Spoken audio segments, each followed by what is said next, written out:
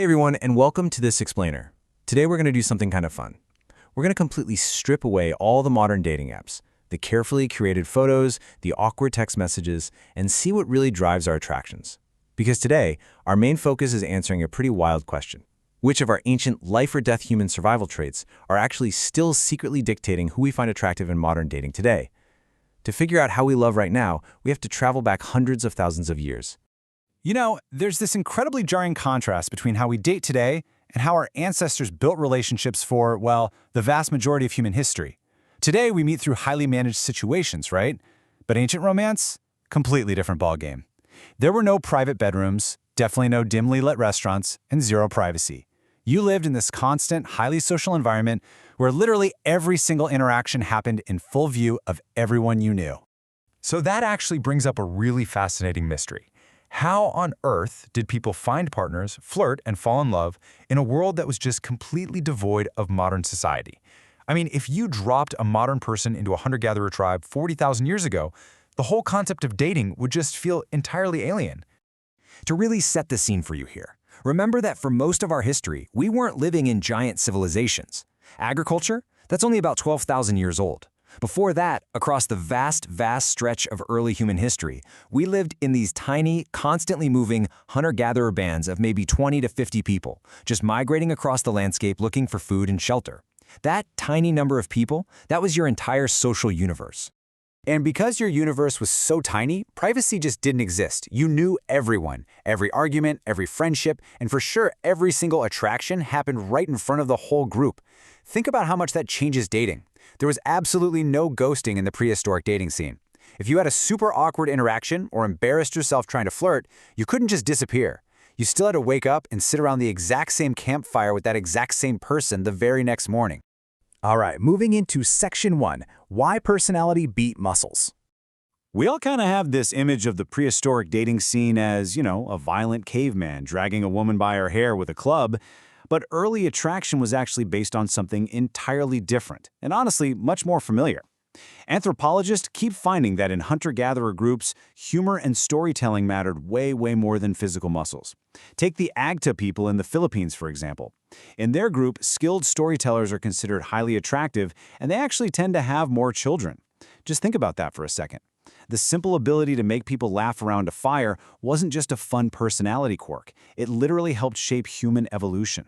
You see, attraction just worked completely differently in a world with zero material wealth.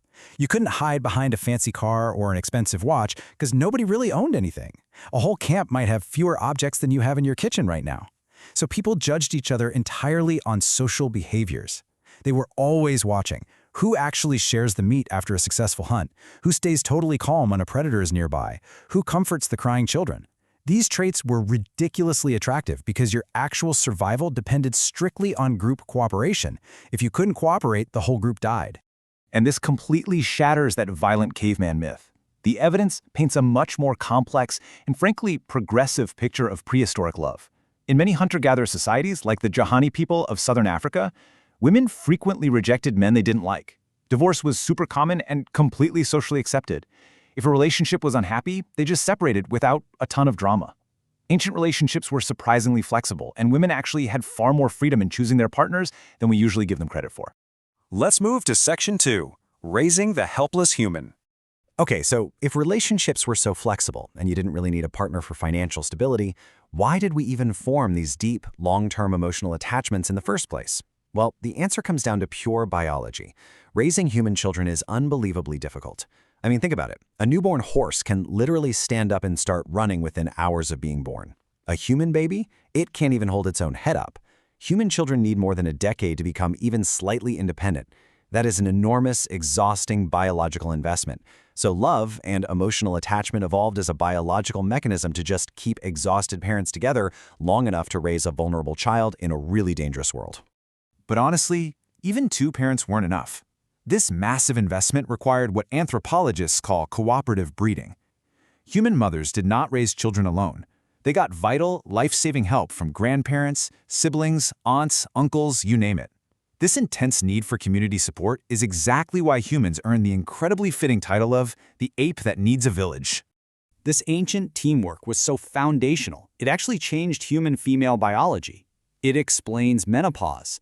Menopause is incredibly rare in the animal kingdom, but we can explain it through the grandmother hypothesis. Basically, grandmothers became so vital in helping raise their grandchildren that living longer, even after their reproductive years, directly benefited the survival of the entire species.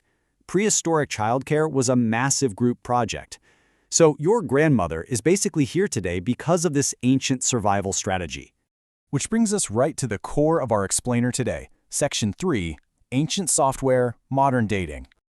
So how do all of these life-or-death prehistoric needs perfectly map to the exact things we swipe right on today? Well, the traits you find attractive on a modern date are actually deeply rooted indicators of ancient survival and social cooperation. When you look for confidence in a partner today, your brain is actually seeking competence and survival skills. When you think humor is super attractive, you're biologically scanning for social intelligence. And when you value kindness, you're really looking for group dependability. While most animals compete through raw physical dominance, humans compete through social intelligence. Can you build trust? Can you function in a group? These ancient survival traits are exactly what are still dictating our modern attractions. And it goes way beyond just personality, too. Physical traits carried very specific, life-saving meanings. In environments where starvation was a constant threat, having some body fat signaled health and the ability to survive a famine. A scar? That wasn't an imperfection. It was a literal resume highlighting hunting experience and bravery. Even your nose was getting in on the action. Ancient humans obviously didn't mask their natural scent, and studies show that today, people actually subconsciously prefer the scent of partners who have immune systems different from their own. Your nose has literally been quietly acting as a prehistoric matchmaker this entire time just to ensure you have healthier offspring. Crazy, right? Let's wrap things up with Section 4, the same human heart. Let's just look at the emotional lives of these early humans for a second, because it's super easy to think of them as primitive, right? But their emotional experiences were surprisingly similar to ours. Picture a dark prehistoric night. No phones, no electricity, just a completely pitch-black sky, insect noises, and a crackling fire. Before we had fire, nighttime was terrifyingly dangerous. Humans had to stay dead quiet and alert just to avoid getting eaten. But fire changed everything. It physically transformed human relationships by creating these safe, illuminated hours after dark specifically for bonding. Around these fires, stories emerged, jokes were told, music was invented, and yes, romance blossomed. And we know for an absolute fact that they felt the same depth of love and heartbreak that we do right now. Archaeologists have literally discovered 10,000-year-old graves where humans were intentionally laid to rest holding each other. And in some of these ancient burials, they found evidence that flowers were carefully placed right beside the bodies. That means someone cared enough to stop, grieve, and beautifully remember their loved ones.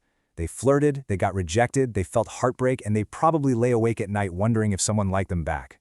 Because underneath our smartphones, our giant megacities, and all our modern culture, our brains are basically still running ancient software. For all our cutting-edge technology, we are still driven by the exact same emotions that sparked beside prehistoric fires under ancient skies. It kind of leaves you wondering, the next time you feel that little spark of attraction on a date, are you making a modern choice? Or are you simply following the ancient instincts of the ghosts around a prehistoric campfire? Thanks for hanging out with me for this explainer, and I'll catch you next time.